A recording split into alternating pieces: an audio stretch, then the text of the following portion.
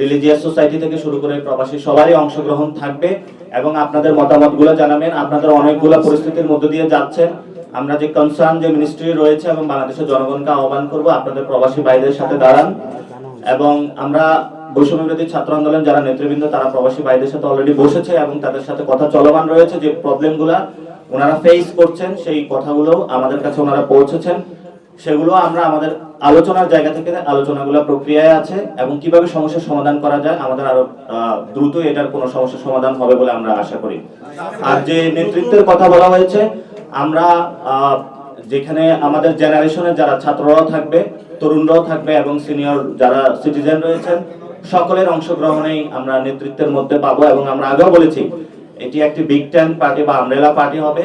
তো ওই জায়গা থেকে যেহেতু আমরা সবাইকে অ্যাকোমোডেট করার চেষ্টা করব, সকল ধরনের সকল বয়সের এবং সকল ধর্ম বর্ণ গোষ্ঠী সকল মানুষকে আমাদের নেতৃত্বে অ্যাকোমোডেট করার আমরা অ্যাকোমোডেশন করার চেষ্টা করব।